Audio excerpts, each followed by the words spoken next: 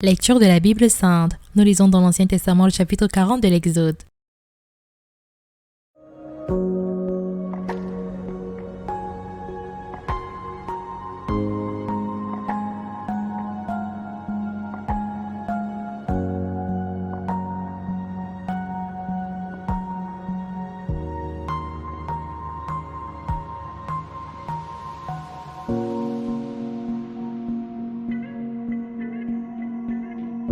Hello la famille, j'espère que tu te portes bien. Je suis trop contente parce que finalement nous l'avons fait. Nous sommes au dernier chapitre de l'Exode et j'ai appris pas mal d'informations. Vous savez que nous sortons de la Pâque et justement le thème central qui est dégagé du livre d'Exode, c'est la libération. Voilà, la libération et la Pâque représente justement la libération, c'est-à-dire que le fait que Jésus après 3 jours est ressuscité des morts. Cela est un message pour nous chrétiens, voilà, pour nous fortifier et nous donner l'espoir à un lendemain meilleur. Et cela est noté justement dans le livre de l'Exode au travers de la libération du peuple d'Israël par Dieu de l'Égypte vers la terre promise.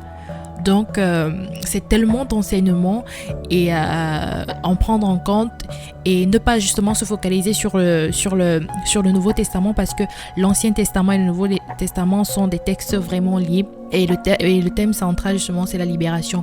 Comme pour dire que Dieu c'est un Dieu de parole et quand il promet et quand il tisse des alliances avec des personnes, il s'attelle à les suivre et cela jusqu'à la dernière génération.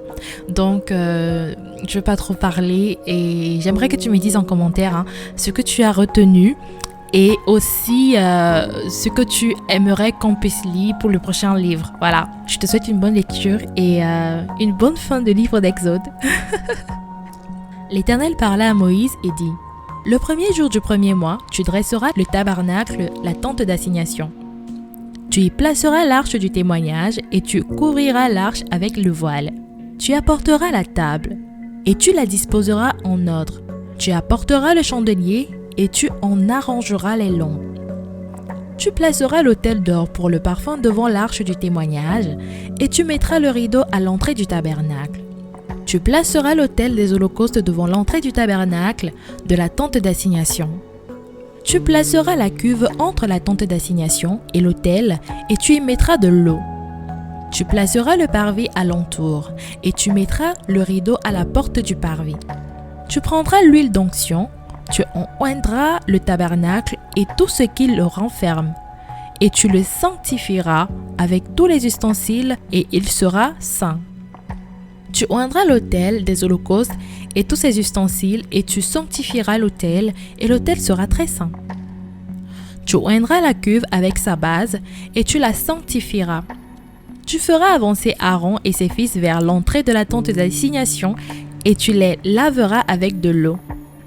Tu revêtiras Aaron des vêtements sacrés, tu l'oindras et tu le sanctifieras pour qu'il soit à mon service dans le sacerdoce. Tu feras approcher ses fils, tu les revêtiras des tuniques et tu les oindras comme tu auras oint leur père pour qu'ils soient à mon service dans le sacerdoce. Cette onction leur assurera à perpétuité le sacerdoce parmi leurs descendants.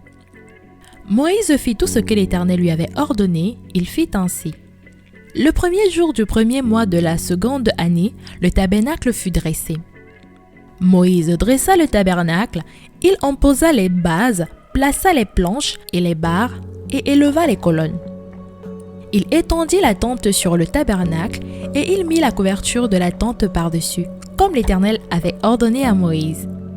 Il prit le témoignage et le plaça dans l'arche, il mit les barres à l'arche et il posa le propitiatoire au-dessus de l'arche. Il apporta l'arche dans le tabernacle et il mit le voile de séparation et il en couvrit l'arche du témoignage comme l'Éternel avait ordonné à Moïse. Il plaça la table dans la tente d'assignation au côté du septentrional du tabernacle en dehors du voile et il y déposa en ordre des pains devant l'Éternel comme l'Éternel avait ordonné à Moïse. Il plaça le chandelier dans la tente d'assignation en face de la table au côté méridional du tabernacle et il en arrangea les lampes devant l'Éternel, comme l'Éternel l'avait ordonné à Moïse. Il plaça l'autel d'or dans la tente d'assignation devant le voile et il y fit brûler le parfum odoriférant comme l'Éternel l'avait ordonné à Moïse. Il plaça le rideau à l'entrée du tabernacle, il plaça l'autel des holocaustes à l'entrée du tabernacle, de la tente d'assignation, et il y offrit l'holocauste et l'offrande, comme l'Éternel l'avait ordonné à Moïse. Il plaça la cuve entre la tente d'assignation et l'autel, et il mit de l'eau pour les ablutions.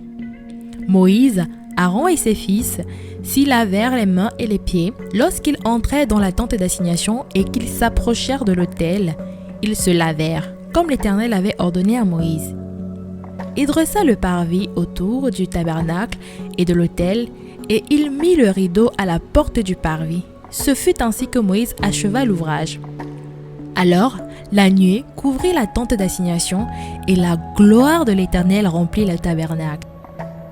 Moïse ne pouvait pas entrer dans la tente d'assignation parce que la nuée restait dessus et que la gloire de l'Éternel remplissait le tabernacle. Aussi longtemps que durèrent leurs marches, les enfants d'Israël partaient quand la nuée s'élevait de dessus du tabernacle, et quand la nuée ne s'élevait pas, ils ne partaient pas, jusqu'à ce qu'elle se levât. La nuée de l'Éternel était de jour sur le tabernacle, et de nuit, il y avait un feu aux yeux de toute la maison d'Israël pendant toute leur marche. Voilà, c'est la fin. Mais j'ai une question pour toi. Peux-tu me dire pourquoi Moïse n'a pas pu entrer ? Question. Surtout, n'oublie pas de t'abonner, cliquez sur la cloche de notification pour recevoir nos prochaines vidéos. Lecture de la Bible audio, lue par Larissa. Dis-moi en commentaire le passage que tu préfères et que nous puissions la méditer ensemble. Que Dieu te bénisse.